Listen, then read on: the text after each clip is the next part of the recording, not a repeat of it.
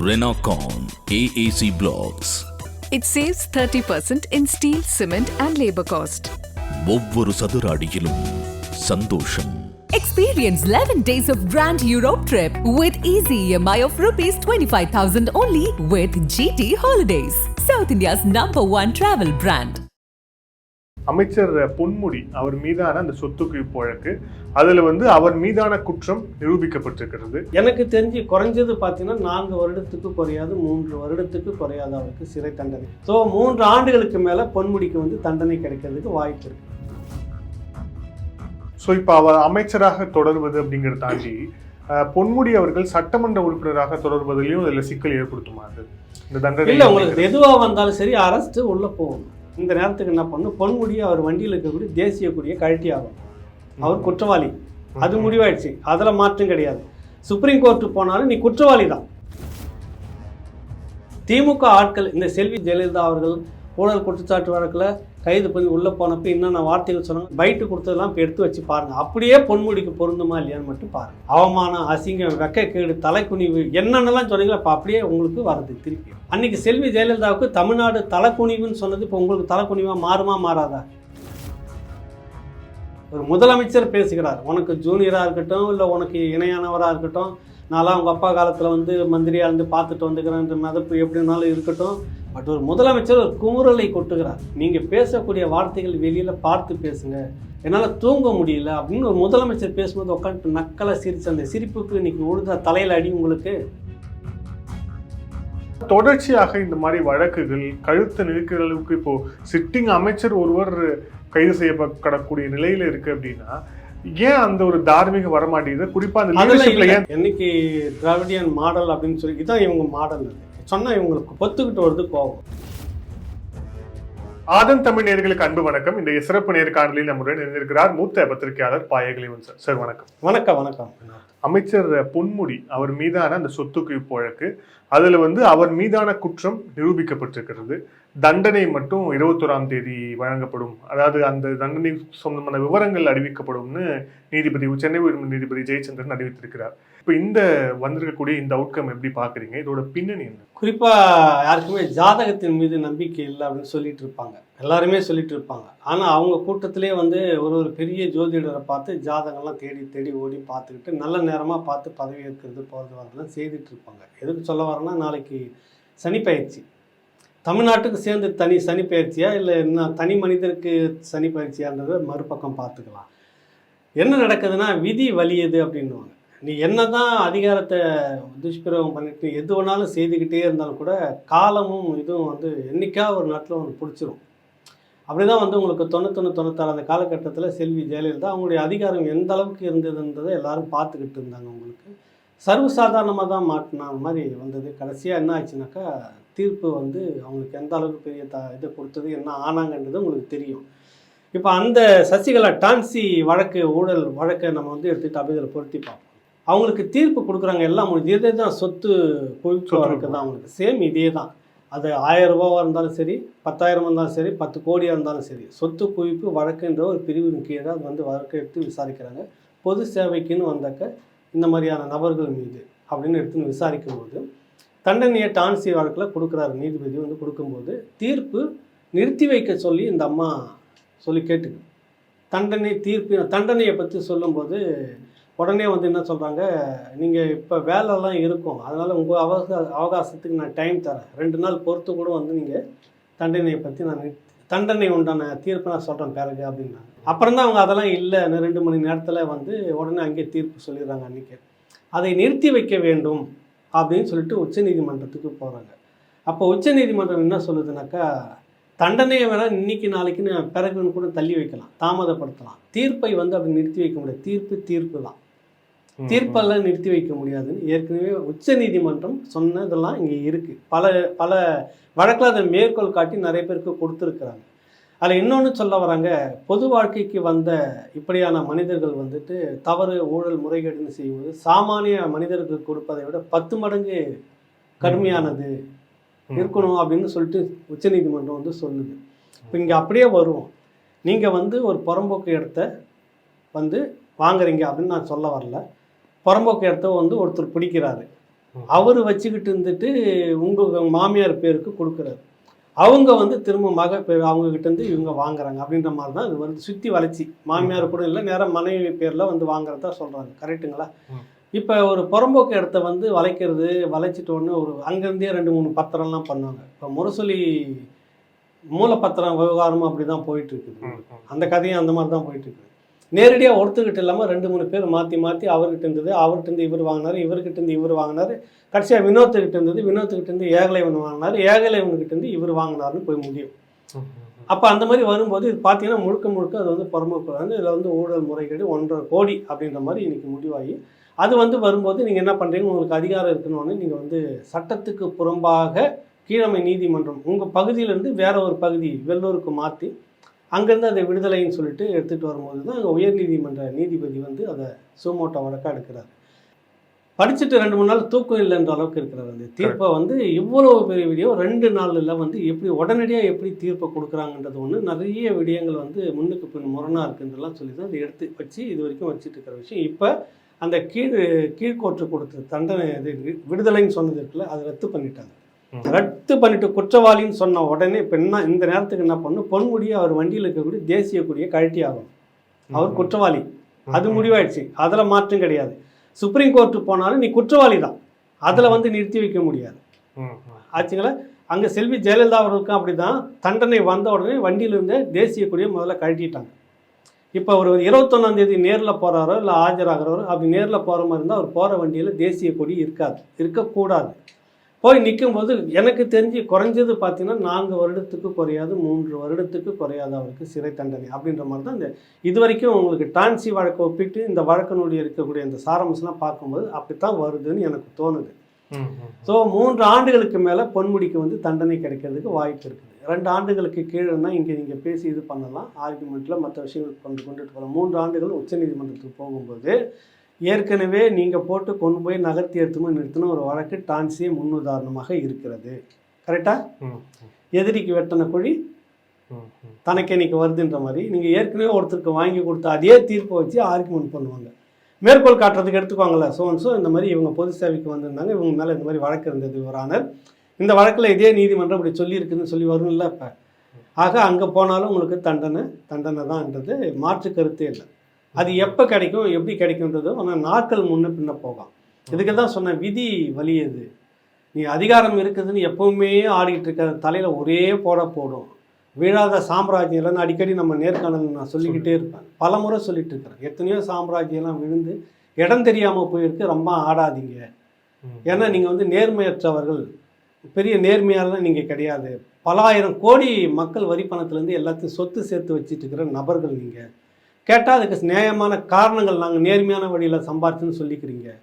சட்ட ரீதியாக நீங்கள் தப்பிக்கிட்டே வந்தாலும் நீதி ஒரு நாள் கட்டாயம் வந்து அதுக்கான பனிஷ்மெண்ட் கொடுத்து தான் தீரும். யாராக இருந்தாலும் ஏதோ ஒரு வகையில் சட்டத்தில் நீ தப்பிச்சுன்னா வேறு வகையில் உனக்கு அந்த தண்டனை வரும். நிறைய இந்த சமூகத்தில் நடந்திருக்கு, நிறைய மனிதர்கள் உதாரணமாக இருக்கிறார்கள், நிறைய கதையெல்லாம் சொல்ல முடியும். ஒரு அமைச்சர் இதுக்கு முன்னாடி இருந்து, நான் சொல்கிறது பழைய அமைச்சர் ஒருத்தர், எம்ஜிஆர் காலத்து அமைச்சர், இது போல தான் பல விடயங்கள்லாம் வந்து தப்பிச்சுட்டே வந்தார். கடைசியாக எப்படி இறந்தார் அப்படின்னு ஒரு தண்டனை இருக்குது. அது நினச்சோம்னா இன்றைக்கி சொல்ல முடியாது, சொன்னோம்னா ரொம்ப இதுவாக இருக்கும். அப்படிலாம் நடந்துருக்குது. ஆக நீதி தேவன்றது அது இங்கேயும் எடுத்துக்கிட்டாலும் நீதிமன்றத்தில் எடுத்துக்கிட்டாலும் எங்கேயோ ஒரு நேரத்தில் கண்ணை திறக்கும் போது அது நெற்றிக்கண் திறக்கிற மாதிரி தான் இருக்கும்.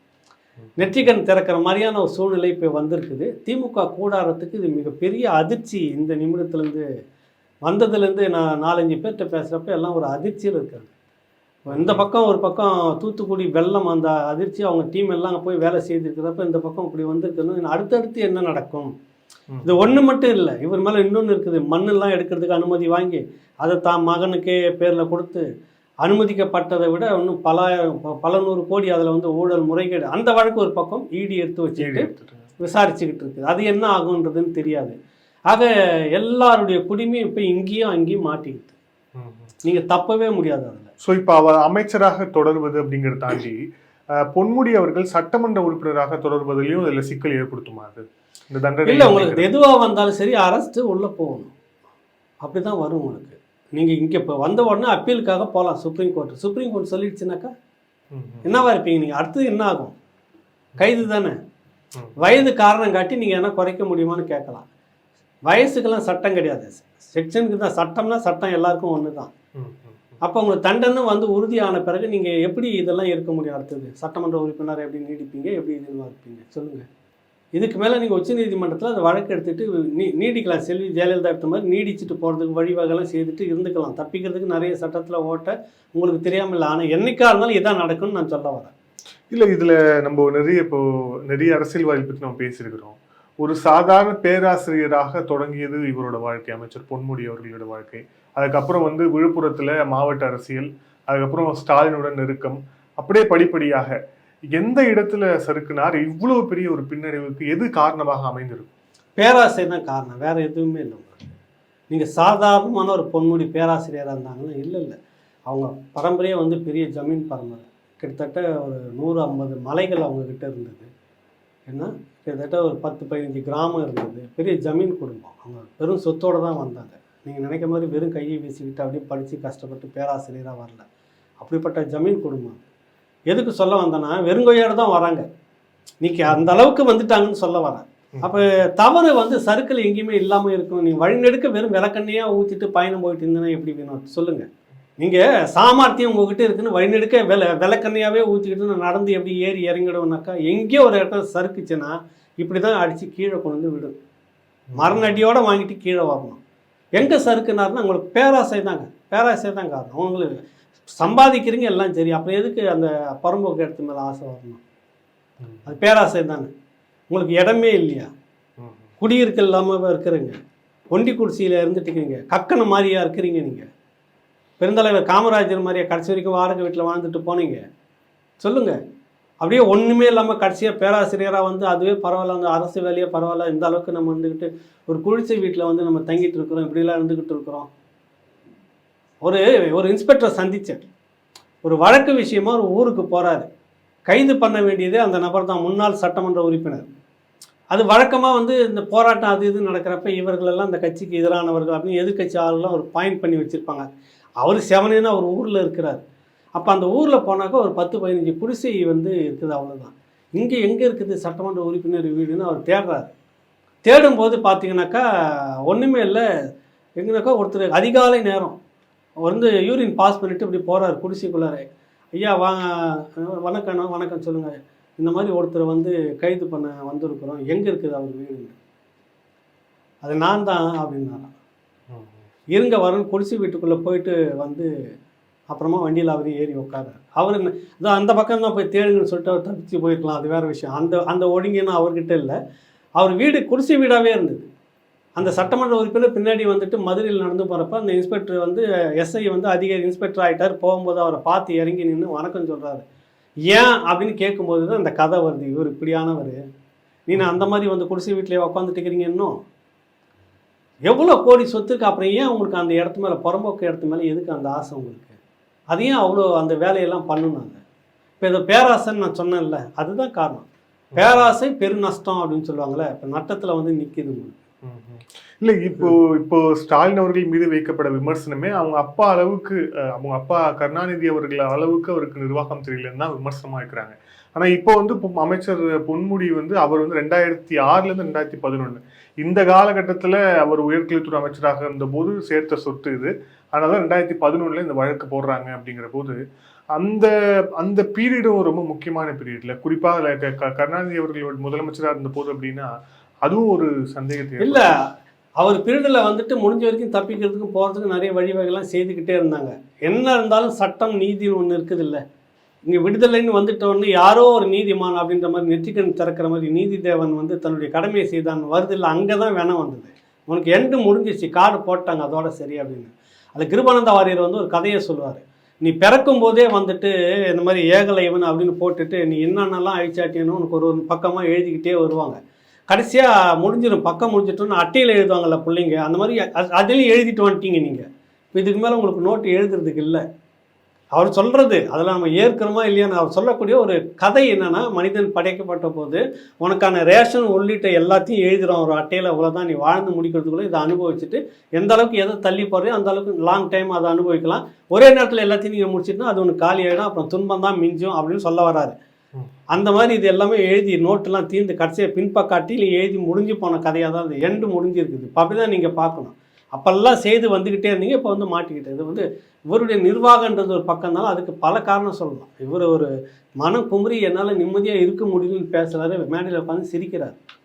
ஒரு முதலமைச்சர் பேசுகிறார், உனக்கு ஜூனியராக இருக்கட்டும் இல்லை உனக்கு இணையானவராக இருக்கட்டும், நான்லாம் அவங்க அப்பா காலத்தில் வந்து மந்திரியாக இருந்து பார்த்துட்டு வந்துக்கிறேன்ற மதப்பு எப்படினாலும் இருக்கட்டும்.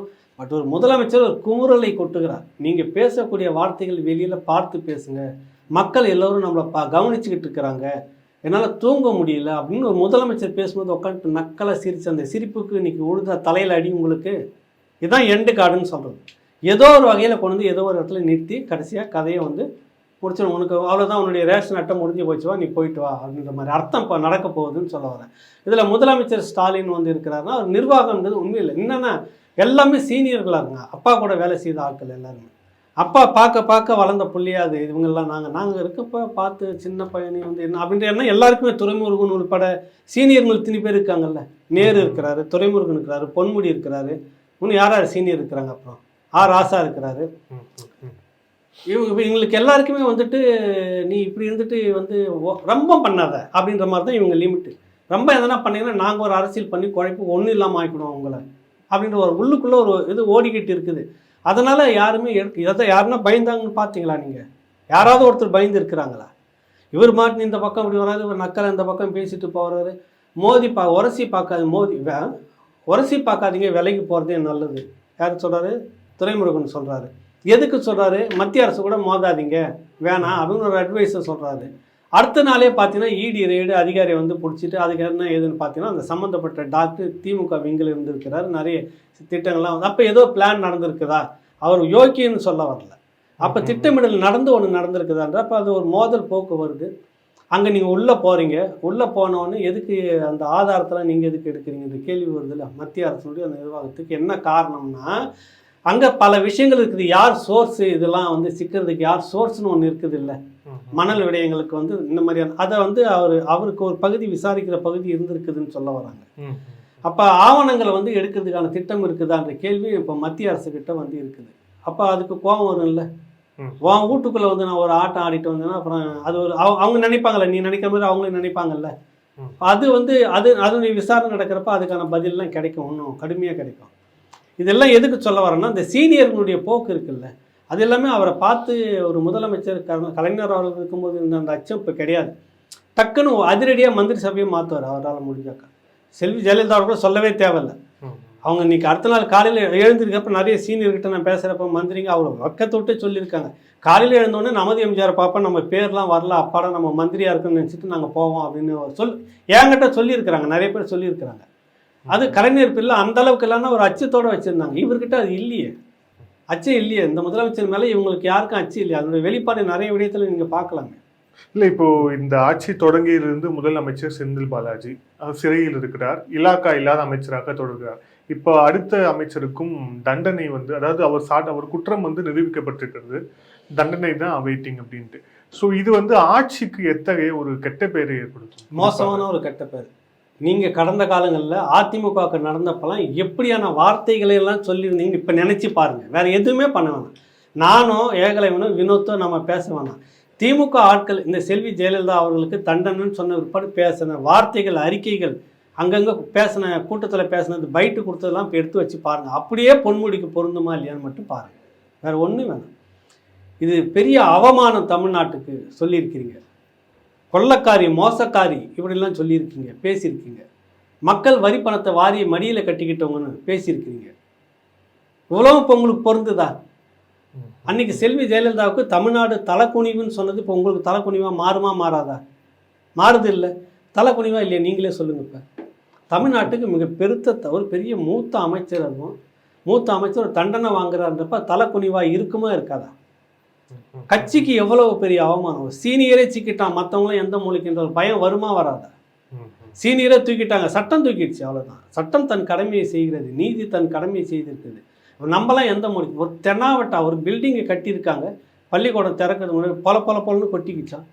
என்னென்னா திமிர் கேட்க எவனும் இல்லை. நம்ம என்ன வேணாலும் ஊழல் செய்யலாம், பள்ளம் வெட்டி ரோடு அங்கங்கே காண பாதியை திமிர் எவனும் கேட்க முடியாது. நம்ம வைக்கிறது நம்ம சொல்கிறது தான் கணக்கு.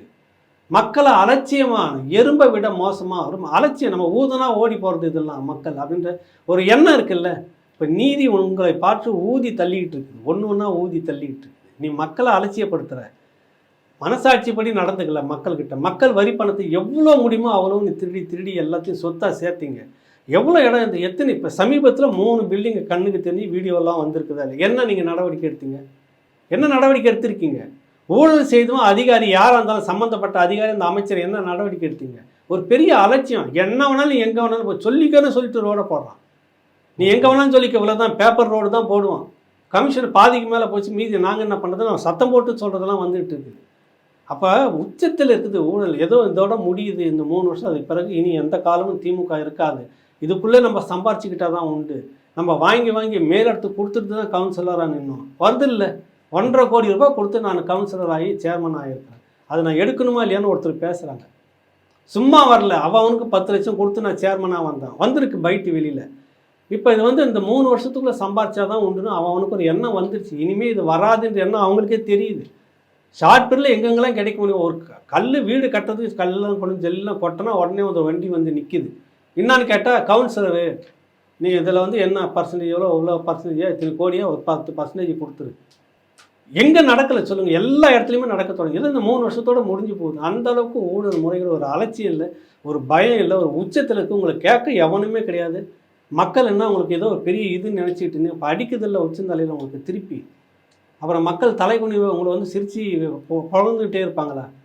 இப்போ எல்லாம் திருப்பி நீங்கள் செஞ்சது, நீங்கள் சொன்ன வார்த்தை ஓசியில் போகிறீங்கள, ஓசி வண்டியில் ஏறிங்க. இனிமேல் கட்டாயம் நீ மக்களை பார்த்துட்டு என் வீட்டு காசு, என் வேர்வை, என் ரத்தம், நான் அவங்க போடுறதுல நீ ஓசியில் பெட்ரோல் போட்டுன்னு வந்துட்டு போய்க்கிறேன், எனக்கு சேவை செய்கிற பேரில் நீ சொத்து கூச்சின்னு இருக்கிற.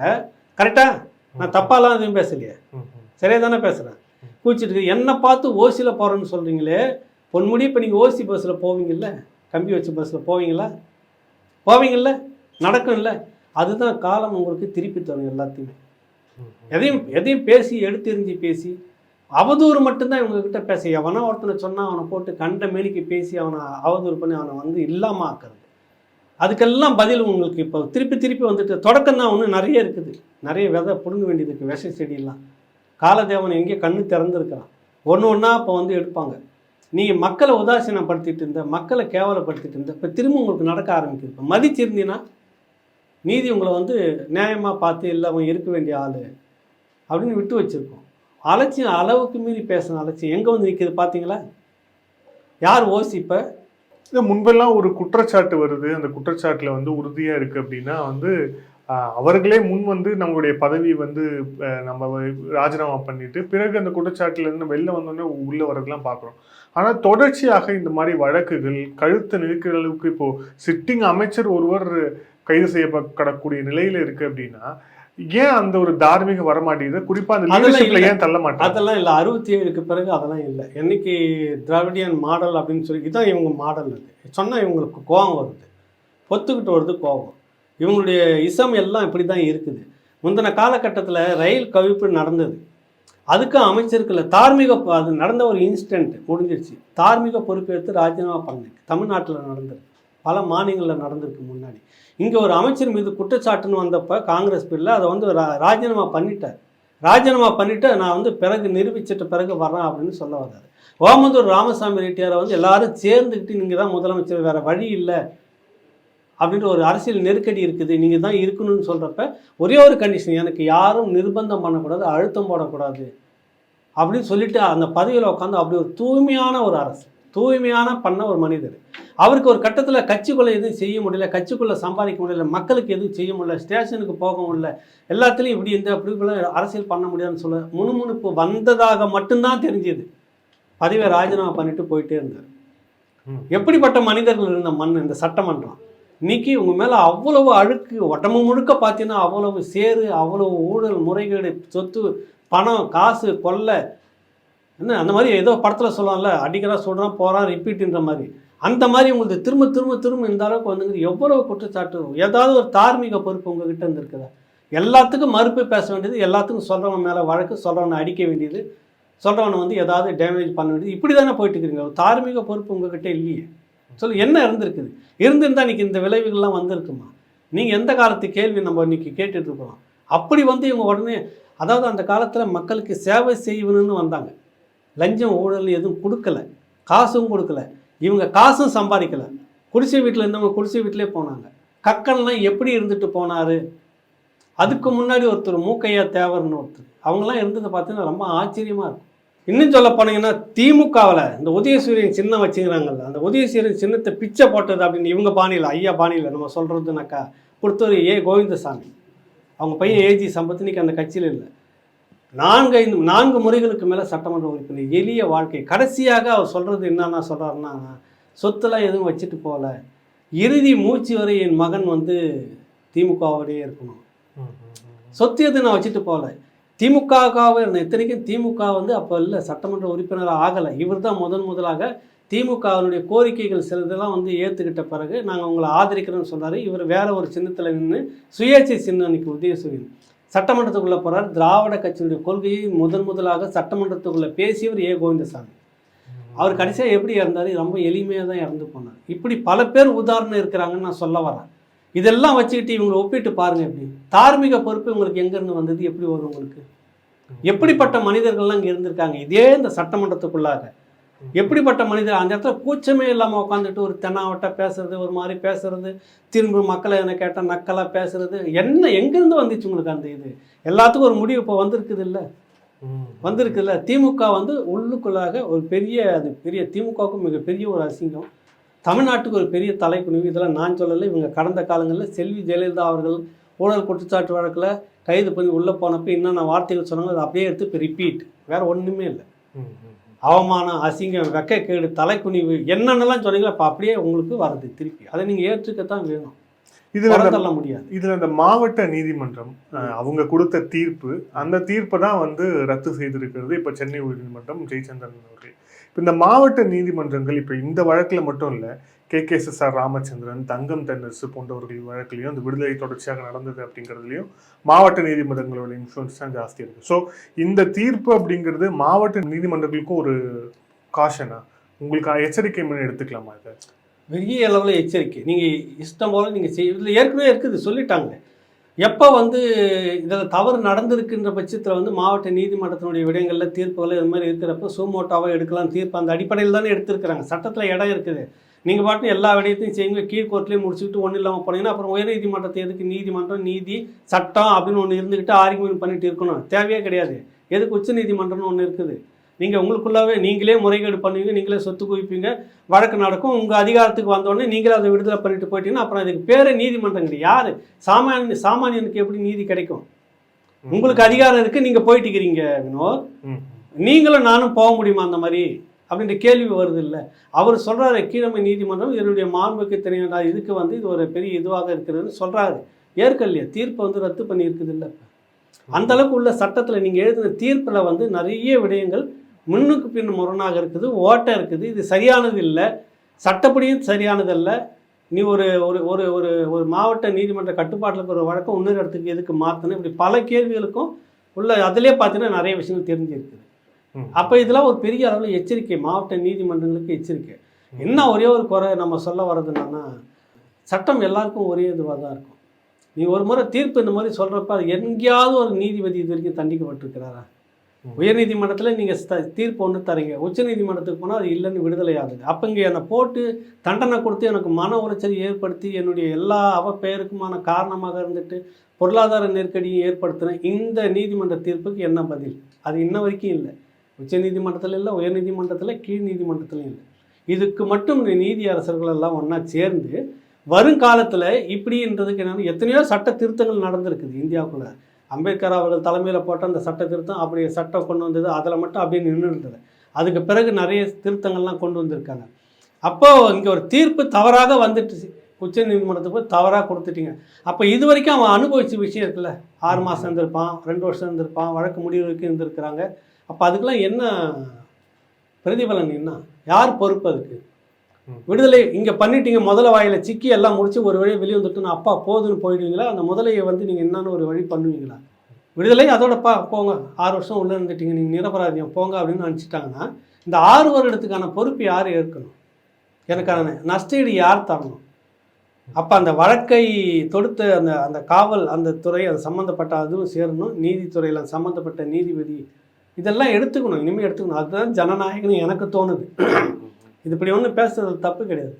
புரியுதில்ல, நான் நிரபராதின்னு தெரியுது, ஓரளவுக்கு என்கிட்ட பணம் இருக்குது, அதுக்கான சட்ட நுணுக்கங்கள்லாம் எல்லாத்தையும் சேர்த்து வச்சு சரியான நபர்கிட்ட பணம் கொடுத்து நான் உச்சநீதிமன்றம் வரைக்கும் போயிட்டு விடுதலைன்னு வாங்கிட்டு வந்த பிற்பாடு இடையில கொடுத்த இந்த 2 தீர்ப்பு இருக்குல்ல, கீழ் நீதிமன்றத்திலையும் உயர் நீதிமன்றத்திலையும் கொடுத்த விடயங்கள் இருக்குல்ல, ஆக இதுலேயும் ஒரு பெரிய மாற்றம் கொண்டு வரும்போது தான் எதிர்காலத்தில் இப்படியான அதாவது இடையிலேயே தப்பிச்சு போகிறது, கீழே தப்பிச்சு போயிடுறது இனி வருங்காலத்தில் நடக்காது. அப்பா இது ஒரு பெரிய விஷயமாக இருக்கும். நாளைக்கு நம்ம மாட்டிக்க கூடாது, நம்ம இருக்கிற வரைக்கும் கௌரவமாக நீதிபதினு இருந்துட்டு கடைசியாக பென்ஷனோட நல்லபடியாக வசதி வாய்ப்போடு இருக்கிறதுக்கு கௌரவமாக இருந்துட்டு போயிடணும். சிக்கனம்னா நம்மளும் கடைசியாக நம்மளுக்கும் உள்ள பனிஷ்மெண்ட் அது இது வரைக்கும் இல்லையே. இப்போ இதில் இப்போ பொன்முடி வழக்கை தாண்டி இப்போது நிதியமைச்சராக இருக்கக்கூடிய தங்கம் தென்னரசு, அப்புறம் வந்து நம்மளுடைய வருவாய்த்துறை அமைச்சராக இருக்கக்கூடிய கே.கே.எஸ். ராமச்சந்திரன், இவர்கள் மீதும் இதே மாதிரியான சொத்து குவிப்பு வழக்கு இருக்கிறது. அது நீதிபதி ஆனந்த் வெங்கடேஷ் அவர்கள் திருப்பி ரிவ்யூக்கு எடுத்து திருப்பி அது வந்து மறு விசாரணைக்கு அதுல தவறு இருக்கும் பட்சத்தில் இருந்ததுன்னா அதை நீங்கள் முழுக்கும் பார்க்கணும். அந்த நீதிமன்ற தீர்ப்புகளை எல்லாம் கீழே விடுதலைன்னு வாங்கிட்டு வந்தாலும் முழுக்க எடுத்து பார்க்கணும். அவர் பார்த்துட்டால் தான் அதை எடுத்துக்கிட்டாரு. நம்ம அதை பார்க்காம சொல்ல முடியாது. இனிமேல் நடக்கணும், அது விவாதம் நடத்தி இந்த மாதிரி வரும்போது தான் அதுக்கும் தெரியும். எதுக்கு அங்கே நம்ம இதெல்லாம் சொல்ல வரோம்னாக்கா, நீ யாராக இருந்தாலும் சரி கீழ் நீதிமன்றத்தில் எப்படி விடுதலை ஆகிற அப்படின்ற ஒரு கேள்வி வருது. அதுவும் அதிகாரம் வந்தவுடனே ஆகுறீங்க எப்படின்னு கேள்வி இருக்குது. அப்போ இதுக்கெல்லாம் பதில் என்ன அப்படின்னு ஒரு கேள்வி வரும்போது தான் நம்ம முன்னாடி பேசணும்ல, அதை வந்து சரி பண்ணணும். அப்படி இல்லாத பட்சத்தில் இப்படியான தவறுகள் நடந்துக்கிட்டே இருக்கும். இது வந்து அடுத்தடுத்து நடக்கும். உங்களுக்கு துரைமுருகனுக்கு இவருக்கு கேகேஎஸ்எஸ்ஆர் நடக்கும், அவருக்கு நடக்கும், தங்கம் தென்னரசுக்கு நடக்கும், இன்னும் நிறைய பட்டியல்லாம் இருக்குது பல விடயங்கள். இந்த அதிமுகவிலேருந்து கூட எடுத்துக்கணும்னு பேசிக்கலாம், அதுக்கும் நடக்கும். இருக்குன்னா எல்லாருமே ஒன்று அதிமுக ஒன்று திமுக ஒன்று தானே. இப்போ அதிமுக புனிதம் தண்ணி தெளிச்சு அவங்களை விட்டுறணும் அப்படின்னு முன்னாள் அமைச்சர் வளர்மதி இருக்குது. எனக்கு தெரிஞ்சு நான் வந்து ஸ்டான்லி ஹாஸ்பிட்டலுக்கு போயிருந்தேன். முன்னாள் சமூக நலத்துறை அமைச்சர் ஒருத்தர் வழக்கு தண்டனை இப்போ சமீபத்தில் நான் சொல்கிறது ஒரு 8-10 மாதத்துக்குள்ளாக இருக்கும். அது வந்து அப்படியே சத்தமே இல்லாமல் கொண்டு போது உடனே அவர் மருத்துவமனையில் வச்சுருந்தாங்க. நான் எதாச்சும் ஒரு மருத்துவரை பார்க்க போனாக்கா தனியாக உட்காந்துட்டுருக்காங்க. மதியானம் சாப்பாடு சாப்பிட்டு, மந்திரி என்ன இங்கே இருக்காங்க இந்த அம்மா அப்படின்னாக்கா, இல்லை மருத்துவமனையிலே இருந்து அப்புறமா எதனா சொல்லி அப்படின்னு சொல்லி காலத்தை கடத்தி எல்லாம் மறந்துடுவாங்க. அப்புறம் வீட்டில் விடுதலை. அப்போ உங்களுக்கு அதிகாரம் இருப்பவர்களுக்கு எப்படி வேணாலும் பயன்படுத்திக்க முடியுன்ற போக்கு தான். இப்போ நான் இதெல்லாம் நான் சொல்லலை. உச்சநீதிமன்றத்திலே முதன்மையான நீதிபதிகள்லாம் வெளியில் வந்து உட்காந்துக்கிட்டு நிறைய முறைகேடுகள் நடக்குதுன்னு பேட்டி கொடுத்த சம்பவத்தை வச்சு தான் நானும் சொல்ல வரேன். நிறைய விடயங்கள் இதெல்லாம் இருக்குது. அப்போ என்ன பண்ணணும்னா, தவறு அப்படின்னு தெரிஞ்சுன்னா எல்லாருக்கும் சேர்ந்த தண்டனை இருக்கும். அவங்களுக்குலாம் சேர்ந்து ஒரு முறை நீங்கள் கொடுத்து பாருங்களேன், இந்த மாதிரி தவறு நடக்குமா? இல்லை, இப்போ இனிமேல் யாருக்கு அமைச்சர் பதவி கொடுக்கணும் அப்படிங்கிறதுலையாவது ஸ்டாலின் அவர்கள் ஒரு நல்ல முடிவு எடுப்பார். நம்ம பேசலாமா? ஏன்னா தொடர்ச்சியாக எடுக்க முடியுமான்றது தெரியாது. ஏன்னா நீங்கள் வந்து இருக்கிறப்ப நீங்கள் யோக்கியமானு கேட்டாங்கன்னா என்ன பண்ணுவீங்க? அத்தனை பேர் சீனியர். நல்லா நினச்சிப்பாங்க, நீங்களும் நானும் ஒரே நேரத்தில் ஒரே இடத்துல வேலைக்கு போகிறோம், ரெண்டுமே ஒரே கேட்டகரி. அதுவும் சொல்லப்போனால் இப்போ வினோத்தோட நான் ஜூனியர், ஓகேங்களா? நீங்கள் என்ன அதிகாரம் பண்ணுறப்ப உங்களை நான் அதிகாரம் பண்ணுறப்ப எப்படி இருக்கும் உங்களுக்கு?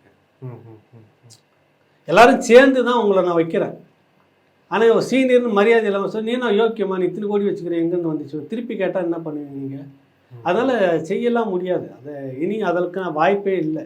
இந்த அத்தியாயம் முடியணும் உங்களுக்கு, புரியல? அதுதான் சொல்லக்கூடாது. இந்தப்படியான ஒரு சாம்ராஜ்யம் மாறித்தான் ஆகணும், விழுந்துத்தான் ஆகணும்னு சொல்கிறோம்ல அடிக்கடி. மாற்றம் இல்லாத நீங்கள் எத்தனை காலத்துக்கு ஒரு 60 ஆண்டுகளுக்கு மேலே 70 ஆண்டுகளுக்கு மேலே இப்படியே மாற்றமே இல்லாமல் அப்படியே அதே வந்து வெள்ளம், அதே வேஷ்டியை கட்டி நம்ம பார்க்குறது, அதே பிச்சை போடுற மாதிரி காசு தூக்கி போடுறது, அதே தான் ரொட்டீனாக நடந்துகிட்டு இருக்குது. அதே காசு கொடுத்து ஓட்டு வாங்குறது, அதே வந்து வர்றது, அப்புறம் வந்து சொத்து சேர்த்துக்கிட்டு நான் உழைச்சி சம்பாதிச்சுன்னு சொல்கிறது. எப்படிங்க உங்களுக்கு மட்டும் சொத்து சேர்த்தது மற்றவங்களுக்கு இல்லைன்னா அதுக்கு பதில் கிடையாது. அதை தாண்டி ஒரு மாற்றமும் வரலையே. இன்னைக்கு வெள்ளமாக வந்தது, இன்னைக்கா வந்தது வெள்ளம் உங்களுக்கு திடீர்னு? நீங்கள் தானே இதுக்கு முன்னாடி 4 முறை 5வது முறை முதலமைச்சர்னு கொண்டாடி இருக்கீங்களே, விழுந்து விழா வச்சு அனுப்புனீங்களே பெரியவரை. அப்போ இத்தனை ஆண்டுகள் நீங்கள் இங்கே இருந்துக்கப்போ அந்த அனுபவம் உங்களுக்கு எங்கே போச்சு? என்ன மாற்று திட்டம்னு இன்ன வரைக்கும் வைக்கலையே. கேட்டால் இயற்கை ஒன்றும் பண்ண முடியாது, அளவுக்கு மீறி எத்தனை காலத்துக்கு இப்படியே சொல்லிட்டு தள்ளிட்டு போக போகிறீங்க? நிரந்தர தீர்வு பண்ண மாட்டோம். என்னன்னா இதில் வந்து செய்கிறப்ப இந்த மழை வந்து வெள்ளம் வந்து போனதில் மக்கள் தான் வந்து செத்துக்கிட்டு இருப்பான். ஆட்சியாளருக்கு பெரிய கொண்டாட்டம். இதில் எவ்வளோ எடுக்க முடியுமோ எடுத்துடணும். சமீபத்தில் ஏதோ ஒரு நாளேடில் பார்த்ததா ஞாபகம், சாப்பாட்டுக்கு மட்டும் சென்னை மாநகராட்சிக்குள்ளே இந்த வட்டத்துக்குள்ளே மழை வெள்ளம் வந்ததில் சாப்பாடு வாங்கி கொடுத்து மட்டும் 14 கோடி கணக்குன்றாங்களாம். தெரியல, ஒன்றும் உறுதியாக எனக்கு தெரியல. அது தெரிஞ்சால் அதை பற்றி இனிமேல் நான் பேசணும். அப்போ நிரந்தர தீர்வு வந்துடக்கூடாதுன்னே ஒரு ஆட்சி நீ எத்தனை காலத்துக்கு நடத்திக்கிட்டே போவோம்? முடிவே வேணாமா? எத்தனை காலத்துக்கு இந்த மக்கள் வரி பணம் இப்படி போயிட்டே இருக்கணும்? அவருங்க 10 வருஷமாக அவங்களும் பணத்தை செலவு பண்ணிக்கிறாங்க, அதே வெள்ளம் மழை. நீங்களும் 4000 கோடி 5000 கோடி கொட்டுறீங்க, எங்கன்னு கேட்டால் அதே மழை வெள்ளம். ஏன்னா எத்தனை காலத்துக்கு இது நீடிச்சுக்கிட்டே இருக்கணும்? நாங்கள் மட்டும் இடுப்பளவு தண்ணியில் நொந்து எல்லாத்தையும் இழந்துட்டு ஒரு மாதிரி கையேந்தி நிற்கணும்கிட்ட இது எப்படி நீடிச்சுக்கிட்டே இருக்க முடியும்னு நினைக்கிறீங்க? சொல்லுங்கள். ஒரு தீர்வு இல்லாத, ஒரு மாற்றமே கொண்டு வராத, நிரந்தர ஒரு வழி செய்யாத ஒரு ஆட்சி எத்தனை காலத்துக்கு நீடிக்கணும்னு நீங்கள் நினைக்கிறீங்க? உங்களுக்கு மட்டும் எல்லா விதத்துலையும் வசதியாக வந்துடுது. எந்த அமைச்சர் வீடும் வெள்ளத்தில் மூழ்கிக்கிட்டே எனக்கு பால் பாக்கெட்டு கொடுங்கன்னு எந்த அமைச்சராவது கெஞ்சி பார்த்துருக்கீங்களா? நீங்கள் பார்த்துருக்கீங்களா? உங்களுக்கு ஒரு முறை கூட நடக்க மாட்டேங்குது. ஏன் நடக்க மாட்டேங்குது? அதுக்கெல்லாம் சேர்ந்து இயற்கையாக கொடுக்கக்கூடிய ஒரு இதுதான் இப்போ வந்திருக்கிற இந்த பொன்முடி பற்றியான விடயம். இது எல்லாருக்கும் ஒரு படிப்பணியாக தான் நம்ம எடுத்துக்கணும். இந்த நேர்காணல இறுதியான கேள்வி, நீதிபதி ஆனந்த் வெங்கடேஷ் அவர் எடுத்த ஒரு முன்னெடுப்பு, அதோடைய விளைவாகத்தான் இது நடந்திருக்கிறது எல்லாருக்குமே தெரியும். அவர் அந்த வழக்கை எடுத்தது, அதை பற்றி உங்களோட அப்சர்வேஷன்? இல்லை, எனக்கு உண்மையிலேயே அதில் நீங்கள் அரசியல் பார்க்கக்கூடாதுன்னு நான் நினைக்கிறேன். உண்மையிலேயே அவர் எந்த சித்தாந்தத்தை சேர்ந்தவர், எந்த கட்சியை சேர்ந்தவர், எந்த நாட்டை சேர்ந்தவர், எந்த ஊரை சேர்ந்தவர், இதெல்லாம் நீ நிஜமாக வேணாம், பார்க்காதீங்க. சட்டத்தின் கீழாக, நீதிமன்றத்தின் கீழாக இருக்கக்கூடிய மனசாட்சிக்கு உட்பட்ட ஒரு மனிதராக இருக்கிறார்கள் அப்படின்னு நீங்கள் பாருங்கள். எல்லாரையுமே நீங்கள் பயன்படுத்திக்கிட்டே இருக்க முடியுமா வினோத்? ஒருத்தர் கூட நியாயமாக இருக்க மாட்டாங்களா? சொல்லுங்கள். நீங்கள் எல்லாருமே உங்களுக்கு ஏற்ற மாதிரியே மாறிட்டு இருக்கணும்னு நினைப்பீங்களா? நீங்கள் ஒரு மனிதன் கூட சுயமாக இருக்க முடியாதா? எல்லாருக்குமே நீங்கள் இருட்டு துணியை போட்டு கண்ணை கட்டிக்கிட்டே இருப்பீங்க. ஒரு மனிதனுக்கு கூட அதை தாண்டி வெளிச்சம் வந்துடக்கூடாதா? அப்படி வந்தது தான் நான் அவரை பார்க்குறேன்.